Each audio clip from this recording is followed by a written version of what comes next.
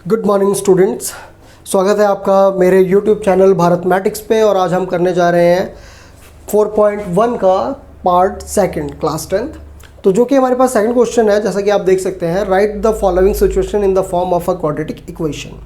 What it means कि आपको जो सिचुएशंस दी गई है उसे सिर्फ और सिर्फ एक क्वाड्रेटिक इक्वेशन में कन्वर्ट करना है। क्वाड्रेटिक इक्वेशन जैसा कि आपको पहले ही बता चुका हूँ, general form of quadratic equation क्या होती है? ax² + bx + c = 0। तो हमें इस क्वेश्चन को पढ़ के अकॉर्डिंग टू सिचुएशन किस फॉर्म में लिखना है? क्वाड्रेटिक इक्वेशन की फॉर्म में। तो आइए चलिए करते हैं पहला क्वेश्चन। देखिए क्या है सेकंड क्वेश्चन आपका क्या बोल रहा है? 4.1 का क्वेश्चन नंबर सेकंड क्या बोल रहा है कि the area of the rectangular plot is 528 metre square. देखो, आप में से मैक्सिमम स्टूडेंट्स जो गलती कर रहे हैं वो गलती क्या कर रहे हैं कि आप क्या करते हो, आप पूरा क्वेश्चन एक बार में ही पढ़ लेते हो। कैसे? कि the area of the rectangular plot is 528 metre square, the length of the plot is 1 metre more than the twice of its breadth, we need to find the length at the breadth. और last में हमें पता चलता है कि हमें समझ ही कुछ नहीं आया। तो हमें मैथमेटिक्स में देखो, मेरे अकॉर्डिंग जो आपको बहुत ज़्यादा समझ में आएगा और बहुत क्लियर समझ में आएगा वो कैसे आएगा? आप सिर्फ एक लाइन पढ़ो कि the area of the rectangular plot is 528 metre square. तो एक तो एरिया है और ऊपर से किसका है? रेक्टेंगुलर प्लॉट का। तो आपको क्या पता चला कि एरिया ऑफ रेक्टेंगुलर प्लॉट कितना है? 528 मीटर स्क्वायर। तो सबसे पहले आप क्या करो, आप इसका एक रफ डायग्राम बना लो। आपके पास क्या आ जाएगा, आप एक रेक्टेंगुलर प्लॉट ले लो जिसका एरिया आपके पास कितना गिवन है? 528 मीटर स्क्वायर। हमारे पास ये एरिया है, एक रेक्टेंगुलर प्लॉट है जिसका एरिया कितना गिवन है हमारे पास? 528 मीटर स्क्वायर। अभी हम इस साइड कुछ नहीं कर रहे, सिर्फ और सिर्फ किस पे काम कर रहे हैं? जो हमारा मेन है, जो डायग्राम है उस पे काम करो। अगर एक बार आपको डायग्राम समझ में आ गया तो फिर क्वेश्चन में कुछ नहीं है। ठीक है, तो हमारे पास क्या दिया है? एक रेक्टेंगुलर प्लॉट है जिसका एरिया है 528 मीटर स्क्वायर। हमने एज इट इज बना दिया। अब पढ़ते हैं सेकंड लाइन। वो क्या है कि the length of the plot is 1 metre more than twice of its breadth. यानी कि प्लॉट की जो लेंथ है वो उसके ब्रेथ के ट्वाइस से 1 मीटर ज़्यादा है। ठीक है, बट द कंडीशन इज कि यहाँ पे ना तो आपको ब्रेथ दी हुई है और ना ही आपको लेंथ दी हुई है। लेंथ के बारे में क्या कहा कि the length of the plot is 1 metre more than twice of its breadth. लेकिन ब्रेथ तो आपके पास है ही नहीं, तो आप ब्रेथ को क्या एज्यूम कर लोगे? x। तो सपोज करो हमारे पास ब्रेथ क्या है? x है। ब्रेथ क्या है? x। तो अब देखो लेंथ क्या आ जाएगा कि the length of the plot is 1 metre more than twice of its breadth. तो ब्रेथ का ट्वाइस क्या हो जाएगा? ब्रेथ अगर x है तो इसका ट्वाइस क्या हो जाएगा बेटा? 2x हो जाएगा। ओके, अब ये क्या है? 1 मीटर मोर देन मतलब 2x से कितना? 1 ज़्यादा, तो प्लस में 1। क्लियर?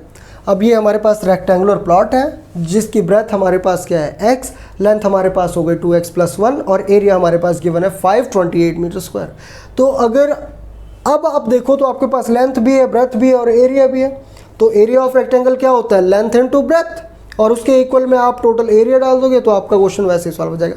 आइए थ्योरेटिकली करके देखते हैं इसे कैसे होगा। कि let the area of plot, area of plot आपके पास कितना बेटा? 528 मीटर स्क्वायर। ठीक है, the area of the plot आपके पास कितना है? 528 मीटर स्क्वायर। अब हम लेते हैं लेंथ। लेट द ब्रेथ, पहले हमने ब्रेथ सपोज किया था तो हम ब्रेथ ले लेंगे। Let the breadth is x metre और लेंथ हमारे पास क्या हो जाएगी? लेंथ हमारे पास हो जाएगी 2x। देखो आपने निकाला था ना 2x + 1, तो लेंथ हमारे पास क्या हो जाएगी? 2x + 1 metre. लेंथ आपके पास है, ब्रेथ आपके पास है, एरिया। तो एरिया ऑफ रेक्टेंगल आपने पहले भी पढ़ा हुआ है 6th, 7th, 8th, 9th में। तो एरिया ऑफ रेक्टेंगल हमारे पास किसके बराबर होता है? Area of rectangle, area of rectangle क्या होता है बेटा? Length into breadth. ठीक है, तो एरिया ऑफ रेक्टेंगल आपके पास गिवन क्या है? 528 मीटर स्क्वायर। तो 528 मीटर आपके पास क्या है? एरिया ऑफ रेक्टेंगल है। और एरिया ऑफ रेक्टेंगल क्या होता है? Length into breadth. तो लेंथ आपके पास कितनी है? देखो लेंथ है 2x + 1, तो 2x + 1 और ब्रेथ आपके पास कितनी है? x, तो इनटू एक्स। अब देखो ब्रैकेट के बाहर हमारे पास x है, तो ये x 2x से भी मल्टीप्लाई होगा और x से भी होगा, तो इसको एज इट इज रहने दो आप 528। और ये आपके पास क्या हो जाएगा, जब 2x को x से मल्टीप्लाई किया तो क्या आ गया हमारे पास 2x स्क्वायर, और जब x को 1 से मल्टीप्लाई किया तो हमारे पास क्या आ गया x। अब देखो ये हमारे पास क्या आ गया 2x स्क्वायर प्लस x, और ये हमारे पास है 528। अब 528 इस साइड प्लस का है, तो इस साइड लेके आएंगे तो हमारे पास क्या हो जाएगा माइनस हो जाएगा। यानी कि इस पूरी सिचुएशन को हम कैसे लिख सकते हैं, इसको हम लिख सकते हैं 2x square plus x plus का है इक्वल के इस साइड आके क्या हो जाएगा माइनस, तो माइनस 528 इज इक्वल टू 0। ठीक है, तो हमसे क्या पूछा था इन्होंने, हमें बोला था रिप्रेजेंट करो द गिवन सिचुएशन को in the form of a quadratic equation. तो this is a general form of quadratic equation. देखो हमने क्या बोला था, जनरल फॉर्म क्या होती है ax square plus bx plus c is equal to 0। तो क्या हमारी जो क्वाड्रेटिक इक्वेशन है वो इस फॉर्म में आ गई है। देखो a की जगह आपके पास क्या है 2, b की जगह क्या है कुछ नहीं है, तो यहाँ पे क्या होगा 1, और c हमारे पास कांस्टेंट क्या है -528। तो this is the form of quadratic equation. तो बेटा अगर आपको वीडियो अच्छी लगी और क्वेश्चन समझ में आया तो प्लीज़ चैनल को लाइक शेयर और सब्सक्राइब करते रहें। Thank you so much. Okay students, तो अब करते हैं क्वेश्चन नंबर 2 का पार्ट सेकंड। तो देखो सेकंड पार्ट आपके पास क्या है, the product of 2 consecutive positive integer is 306। देखो क्या क्या चीज़ें हैं इसमें आपके पास है प्रोडक्ट और क्या है 2 कंसेक्यूटिव पॉजिटिव इंटीजर। तो प्रोडक्ट का मतलब मल्टीप्लिकेशन होता है, आपको पता ही है, और हमारे पास क्या है 2, यानी कि 2 नंबर्स हैं किसके कंसेक्यूटिव पॉजिटिव इंटीजर। तो इन सब चीज़ों के लिए आपको सबसे पहले पता होना चाहिए कि ये जो कंसेक्यूटिव पॉजिटिव इंटीजर है ये है क्या, कंसेक्यूटिव कहते किसको है। तो कंसेक्यूटिव हमारे पास होता है बेटा, जैसे कोई नंबर है तो उसका जो अगला नंबर होता है that number is a consecutive of first number. अब मान लो आपने एक नंबर लिया है 3, तो 3 के बाद क्या आता है 4, तो 4 इज अ कंसेक्यूटिव ऑफ 3। मान लो आपके पास कोई नंबर है 3x, ठीक है ना बेटा 3x है, तो अगला इसका जो कंसेक्यूटिव होगा वो क्या होगा, क्या वो 3x स्क्वायर होगा, नहीं। क्या वो 4x होगा, नहीं। क्या होगा 3x प्लस 1। मतलब कि जो हमारे पास नंबर होगा उस नंबर से सिर्फ एक ज़्यादा, क्लियर, सिर्फ उस नंबर से एक ज़्यादा। फॉर एग्जांपल अगर मैं पूछूं आपसे कि 21 का कंसेक्यूटिव इंटीजर क्या होगा 22, वेरी गुड। 23 का 24, 52 का 53, 89 का 90। ठीक है, तो समझ में आ गया ना आपको कि क्या होते हैं। ओके, तो अब हम आते हैं क्वेश्चन पे। तो क्या बोल रहा है कि the product of 2 consecutive positive integer is 306। अब यहाँ पे बात क्या है कि आपको पता ही नहीं है कि वो दोनों नंबर कौन से हैं, तो हम क्या करेंगे सपोज करेंगे एक्चुअली। तो let us assume the first number is x। अगर हमारे पास कोई एक नंबर क्या है x है तो उसका कंसेक्यूटिव क्या हो जाएगा x plus 1, clear. Then the second number, second positive integer ले लो, positive integer. The first one is x, तो सेकेंड वन हमारे पास क्या आ जाएगा इसका कंसेक्यूटिव x प्लस 1।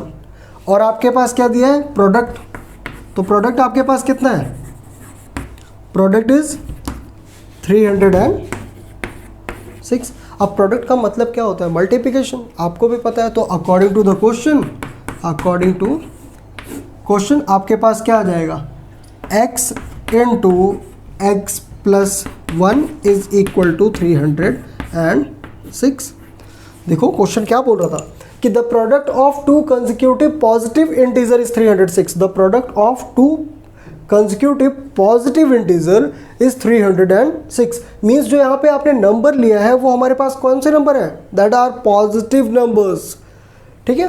तो हमारे पास क्या बोल रहा है integer 306, we need to find the integers, और हमें क्या करना है वो इंटीजर फाइंड आउट करने हैं कि वो इंटीजर कौन कौन से हैं, क्लियर। अब देखो सेम यहाँ पे आपको पता ही है x को आप x से मल्टीप्लाई करोगे तो आपके पास क्या आ जाएगा x का स्क्वायर, और x को आप 1 से मल्टीप्लाई करोगे तो आपके पास क्या आ जाएगा प्लस का x, और इज इक्वल टू क्या है 306। 6। तो हमारे पास क्या आ जाएगा, x square as it is plus x, और ये 306 इस साइड प्लस का है तो इक्वल के उस साइड जाके क्या हो जाएगा बेटा, माइनस। ओके, तो माइनस 306 और इक्वल्स टू क्या हो जाएगा, 0। तो this is a quadratic equation. Clear. तो स्टूडेंट्स करते हैं थर्ड क्वेश्चन, और थर्ड क्वेश्चन देखो ये इतना इंटरेस्टिंग है, और ये क्वेश्चन ऐसा क्वेश्चन है कि मीन्स अगर आपने 5 मिनट या 7 मिनट तक इस क्वेश्चन को समझ लिया, आज समझ लिया, तो ऐसे कोई भी क्वेश्चन आ जाए, कहीं से भी आ जाए, आपका कभी भी इस टाइप का कोई भी क्वेश्चन गलत नहीं होगा। तो ज़रूरत है सिर्फ 5 से 7 मिनट फुल कंसंट्रेटेड होकर बैठने की। थोड़ा सा भी ध्यान इधर उधर हुआ तो बात पते की निकल जाएगी और फिर समझ में नहीं आएगा। ठीक है, तो फुल कंसंट्रेशन के साथ अगर कोई काम कर रहे हो तो वो छोड़ दो, इंस्टाग्राम, व्हाट्सएप, फेसबुक के मैसेजेस म्यूट कर दो और फुल फोकस करो इस वीडियो पे। तो देखो ये क्वेश्चन आप कभी गलत नहीं करोगे। स्टार्ट करते हैं। क्या बता रहा है कि Rohan's mother is 26 years older than him, मतलब कि जो रोहन की मॉम है वो उससे कितने साल बड़े हैं, 26 years older than him. Rohan's mother is 26 years older than him. वो उसकी मॉम जो है, किसकी मॉम, रोहन की मॉम उससे कितनी बड़ी है, 26 साल बड़ी है। तो रोहन की एज क्या है, नहीं पता। लिखते हैं कि लेट रोहन्स प्रेजेंट एज, मैंने प्रेजेंट को पी लिख दिया है, आप उसको पूरा लिख लेना। हमने माना कि रोहन की प्रेजेंट एज क्या है बेटा, एक्स। रोहन की प्रेजेंट एज क्या है, एक्स। और क्वेश्चन में क्या है, Rohan's mother is 26 years older than him, कि रोहन की जो मॉम है वो उससे 26 साल बड़ी है। अगर रोहन की एज कितनी है, एक्स, तो उसकी मॉम की एज क्या हो जाएगी, come on x plus 26। Very good. तो हीज मदर्स एज, तो अगर रोहन की एज x ईयर्स है तो उसकी मॉम उससे 26 साल बड़े हैं, तो क्या हो जाएगा x प्लस 26। लेकिन ये हम कौन सी एज लिख रहे हैं, ये हम लिख रहे हैं प्रेजेंट एज। ध्यान रखना इस बात को।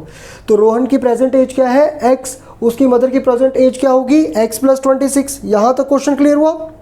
अब आगे देखते हैं क्या बोल रहे हैं कि the product of there edges 3 years from now will B, क्या आ रहा है, विल बी। विल मतलब होगी, कि आज से उनकी जो प्रेजेंट एज है, आज से 3 साल बाद जो रोहन की और उसकी मॉम की एज होगी, उसका जब हम प्रोडक्ट करेंगे तो वो कितना है, 360। एक बार फिर से पढ़ो और ध्यान से पढ़ो क्वेश्चन को। क्या बोल रहा है कि the product of there edges, किसकी एज के बारे में, उस रोहन की और उसकी मॉम की एज के बारे में बता रहा है वो, कि the product of their age is 3 years from now, कब, आज से 3 साल बाद। 3 years from now will be 360, 360 होगी। तो हम पहले क्या निकालेंगे, ये निकालेंगे कि आज से 3 साल बाद रोहन की एज क्या होगी। बेटा अगर आपकी एज आज 15 साल है तो 3 साल बाद आप कितने के हो जाओगे, 18 के। अगर मेरी एज आज 24 साल है तो 3 साल बाद मैं कितने का हो जाऊँगा, 27 का। तो हमने क्या किया, जो हमारी प्रेजेंट एज है उसमें 3 क्या कर रहे हैं, प्लस कर रहे हैं। आप भी वही कर रहे हो। तो आज से 3 साल बाद अगर हम रोहन की एज निकालेंगे तो उसमें क्या करेंगे, +3 करेंगे। तो आइए निकालते हैं कि रोहन्स एज आफ्टर 3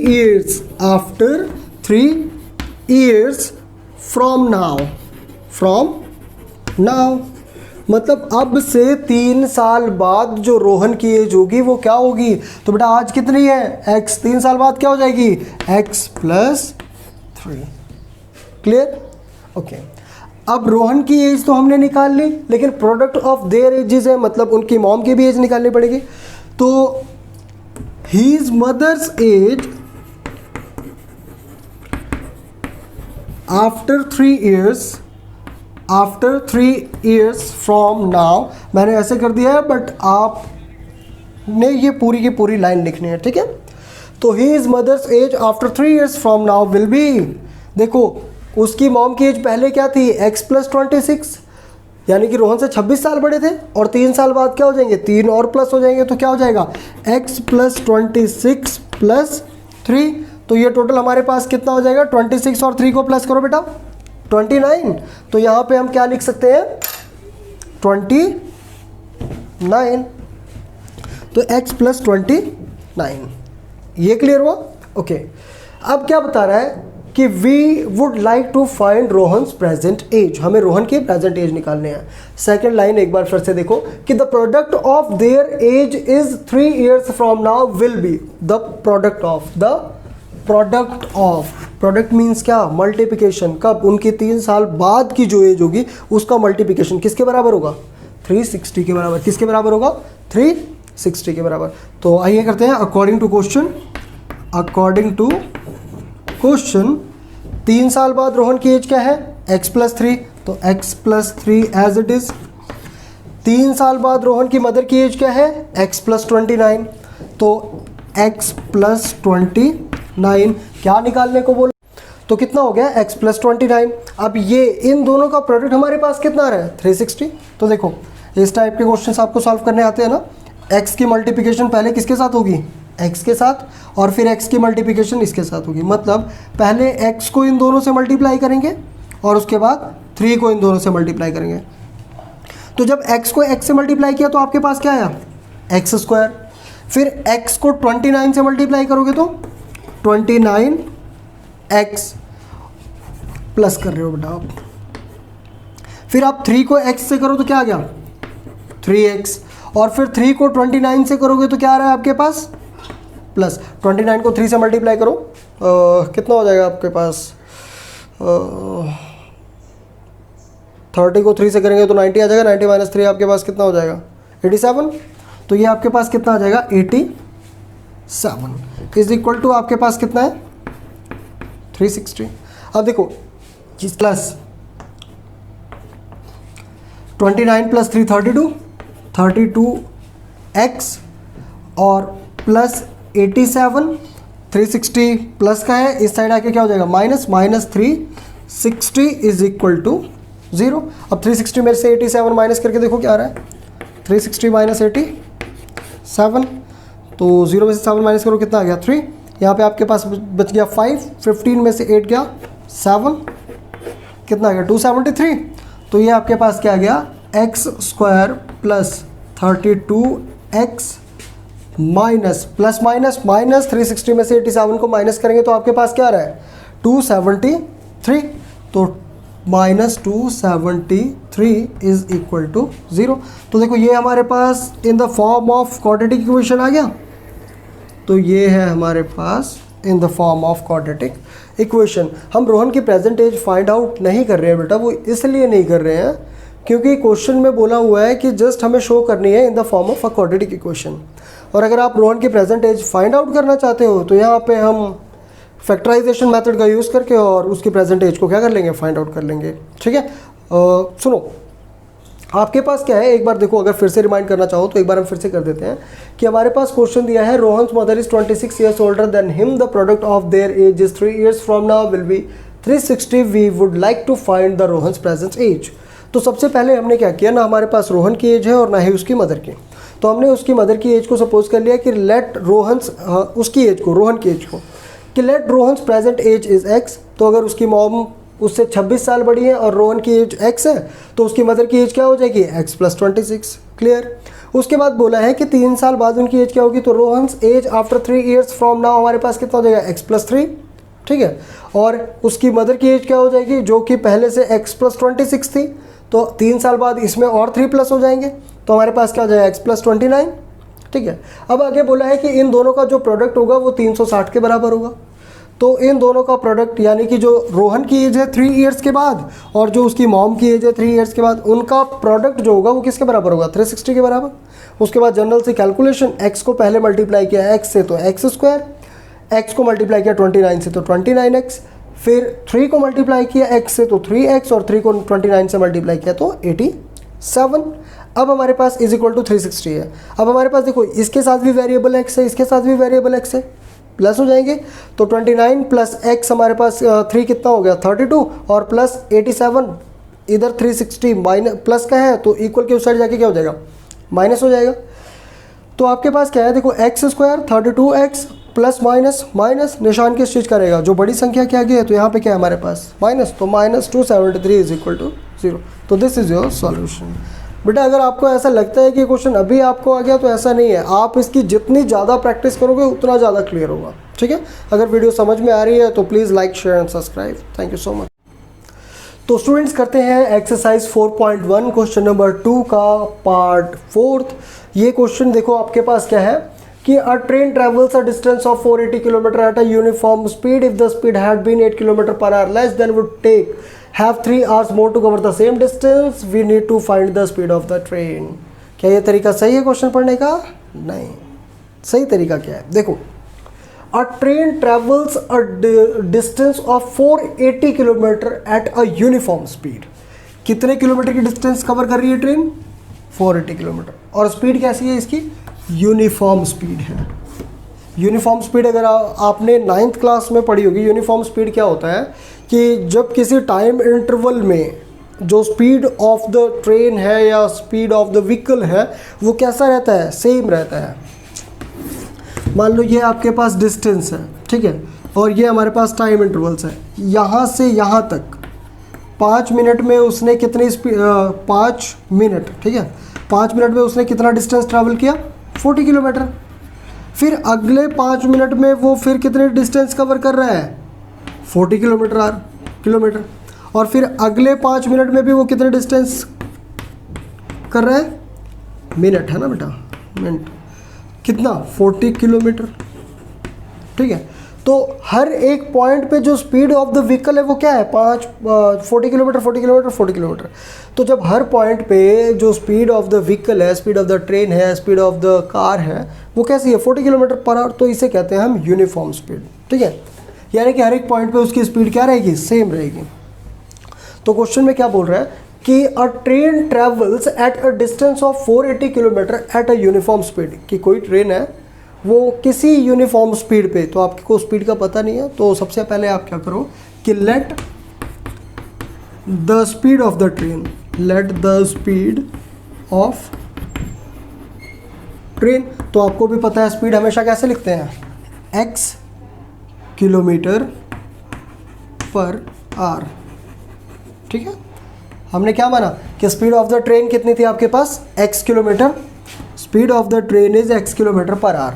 ठीक है, उसके बाद if the speed had been 8 kilometre per hour less. अब क्या होता है अगर उसकी स्पीड को 8 किलोमीटर पर आवर लेस कर दिया जाता है, then it would have taken 3 hours more. तो वो 3 घंटे ज़्यादा का टाइम लेती है। लेकिन पहले अभी इसके बारे में बात कर लेते हैं कि अगर हमारे पास जो स्पीड ऑफ द ट्रेन है वो कितनी है? x kilometre per our. तो डिस्टेंस आपके पास कितनी है? टोटल डिस्टेंस कितनी है? टोटल डिस्टेंस है आपके पास 480 किलोमीटर। बेटा अगर स्पीड आपकी x किलोमीटर पर आवर है, डिस्टेंस आपके पास 480 है, तो वो टाइम कितना लेगी? Time taken. टाइम कितना लेगी? क्या होता है टाइम? Distance upon speed. अरे पढ़ा है ना ये रिलेशन? ठीक है, तो टाइम आपका कितना लेगी? Distance upon speed. डिस्टेंस कितनी है? 480 किलोमीटर पर आवर। 480 किलोमीटर और स्पीड कितनी है? x kilometre per our. तो टाइम कितना हो जाएगा? d/s, यानी कि 480/x आवर्स। ठीक है, ये फर्स्ट कंडीशन। सेकंड कंडीशन देखते हैं क्या बोल रहा है सेकंड कंडीशन में। If the speed had been 8 kilometre per hour less. पहले स्पीड कितनी थी? x। कौन सी कंडीशन की बात करने जा रहे हैं हम? Second condition.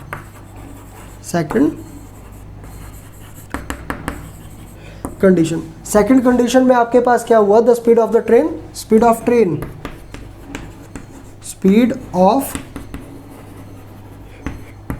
सेकंड कंडीशन में आपके पास जो स्पीड ऑफ ट्रेन है वो क्या हो रही है बेटा? 8 किलोमीटर पर आवर लेस हो रही है। पहले कितनी थी? x kilometre. अब 8 किलोमीटर x में से कम करेंगे तो हमारे पास क्या हो जाएगा? x - 8 kilometre per our. यही रह गया ना कि स्पीड ऑफ द ट्रेन आपके पास पहले क्या थी? x थी, और अब क्या कर दी? 8 किलोमीटर पर आवर कम कर दी, 8 किलोमीटर पर आवर कम कर दी है। तो आपके पास क्या हो जाएगा? x - 8 किस में से कम की? जो पहले स्पीड थी उसी में से कम की है ना बेटा, कि पहले तेज चला रहे थे। मान लो आप अपनी फैमिली के साथ किसी ट्रिप पे जा रहे हो और आपके फादर जो है वो कार चला रहे हैं at the speed of 60 kilometre per hour, ठीक है। फिर आपके मॉम आपके फादर को मना करते हैं कि मतलब ज़्यादा तेज़ मत चलाइए, तो वो डिक्रीज़ कर देते हैं, किस पे आ जाते हैं, अगर वो 5 किलोमीटर कम कर देते हैं मॉम के कहने पे, तो वो कितने पे चलाएंगे, 55 पे ना। तो आपने क्या किया, जितनी स्पीड पहले थी उसमें से 5 किलोमीटर कम कर दिया पर आवर। तो यहाँ पे हमारे पास स्पीड पहले कितनी थी, x, तो अगर 5 किलोमीटर कम करेंगे तो क्या आ जाएगा, x माइनस 5। लेकिन यहाँ पे क्वेश्चन में क्या दिया है, 8 किलोमीटर, तो हमारे पास क्या आ गया, x minus 8 kilometre per hour. जब आपके पास speed of train x minus 8 kilometre per hour आया, डिस्टेंस आपके पास सेम ही रहेगी जो पहले थी, तो डिस्टेंस, टोटल डिस्टेंस आपके पास सेम ही रहेगी बेटा, टोटल डिस्टेंस। तो टोटल डिस्टेंस आपके पास कितनी है, ये है 480 किलोमीटर, एज इट इज़ लिख दो इसको, ठीक है। तो जब स्पीड नई आई है तो टाइम भी नया आएगा, तो टाइम टेकन, सेकंड कंडीशन में टाइम टेकन लिखो, टाइम टेकन। सेकंड कंडीशन में जो टाइम टेकन होगा, तो टाइम टेकन आपको पता ही है ना कि time is equal to distance upon speed, है ना। तो डिस्टेंस कितना है, 480 किलोमीटर, और स्पीड कितनी है, x माइनस 8, x माइनस 8, ये आपके पास आ जाएगा आवर्स। देखो हम इसे आवर्स में क्यों लिख रहे हैं, क्योंकि हम क्या निकाल रहे हैं, टाइम निकाल रहे हैं, ठीक है। तो यहाँ तक क्वेश्चन को आप कॉपी में कर लो, उसके बाद थोड़ा सा जगह की प्रॉब्लम है बेटा, तो साइड पे करते हैं ना, है। अभी थोड़ा सा आगे करेंगे। अभी हमारे पास बात क्या कर रहा है कि then it would have taken 3 hours more to cover the distance, same distance. कब, जब उसने स्पीड को क्या कर दिया, 8 किलोमीटर पर आवर कम कर दिया, तो पहले उसने जब डिस्टेंस क्या थी, x मतलब स्पीड क्या थी, x किलोमीटर पर आवर, तो वो जितने टाइम में ट्रैवल करता था, जितने टाइम में ये डिस्टेंस कवर करता था, समझो कि पहले उसके पास जो डिस्टेंस थी वो 480 थी और स्पीड क्या थी, x। तो जब स्पीड x थी तो 480 किलोमीटर यानी कि 480 किलोमीटर कवर करने में जो टाइम लेता था, जब स्पीड को कम किया गया तो उससे कितने घंटे ज़्यादा टाइम लेने लग गया, 3। देखो मान लो आप, एक बच्चा है, एक तेज़ दौड़ रहा है और एक धीरे दौड़ रहा है, ठीक है। तो दोनों में से कम टाइम कौन लेगा, जो तेज़ दौड़ रहा है वही कम लेगा ना, ठीक है। तो जब स्पीड, ट्रेन की स्पीड क्या की, कम की, तो उसने कितने घंटे ज़्यादा टाइम लिया, 3 घंटे, ठीक है। अब ये बताओ, ज़्यादा में से कम को घटाते हो या कम में से ज़्यादा को, हमेशा हम ज़्यादा में से कम क्वांटिटी को माइनस करते हैं, सब्ट्रैक्ट करते हैं, ठीक है। ज़्यादा में से, जब ये स्पीड x माइनस 8 थी तो टाइम ज़्यादा था, और जब स्पीड x थी तो टाइम कम होगा। तो हम इस वाली टाइम में से, जो हमारे पास क्या है, x माइनस 8 के साथ है, इसमें से आप इसको घटा दो, ठीक है। माइनस कर दोगे तो आपके पास क्या आ जाएगा, जो हमारे पास आंसर है वो आ जाएगा, और देखते रहो इसको, ठीक है। क्या है कि जो ट्रेन थी उसने कम टाइम, ज़्यादा टाइम कब लिया था, जब उसकी स्पीड क्या थी, अकॉर्डिंग टू क्वेश्चन आप लिख लो, अकॉर्डिंग टू क्वेश्चन उसने ज़्यादा टाइम कब लिया था, जब उसकी स्पीड थी x माइनस 8, तो 480 अपॉन x माइनस 8, और इसमें से आप माइनस क्या कर दोगे, जब उसकी स्पीड थी x। तो जब आप उसकी स्पीड x थी तो देखो क्या आया था आपके पास टाइम, 480 अपॉन x।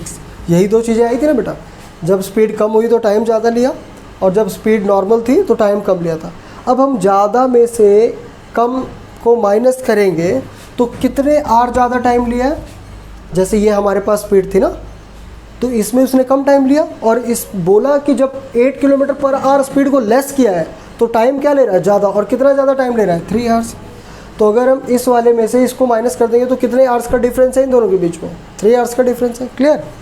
अब इसको एलसीएम लेके सॉल्व करो, देखो आपके पास क्या रहा है, x माइनस 8 का और x का एलसीएम लो तो आपके पास क्या आ जाएगा, x इंटू एक्स माइनस 8 आ जाएगा। एलसीएम डायरेक्ट मल्टीप्लाई कर दो बेटा आप, है ना। तो ऊपर x को 480 से मल्टीप्लाई करो तो 480x माइनस, अब पहले x को 480 से करो तो क्या आ जाएगा, माइनस का 480x, और माइनस 8 को माइनस 480 से करो तो माइनस माइनस क्या हो जाएगा, प्लस, और 480 को 8 से मल्टीप्लाई करो, 480 को 8 से 800 8 जा 64, कितना बच गया आपके पास 6। अब 8 4 जा 32 और 6 कितने हो जाएंगे आपके पास 38, 3840, तो आपके पास कितना आ गया 3840, 0, ठीक है। और आपके पास क्या है, इक्वल्स टू 3, ठीक है। अब ये देखो, ये 480x प्लस का है और ये 480x किसका है, माइनस का।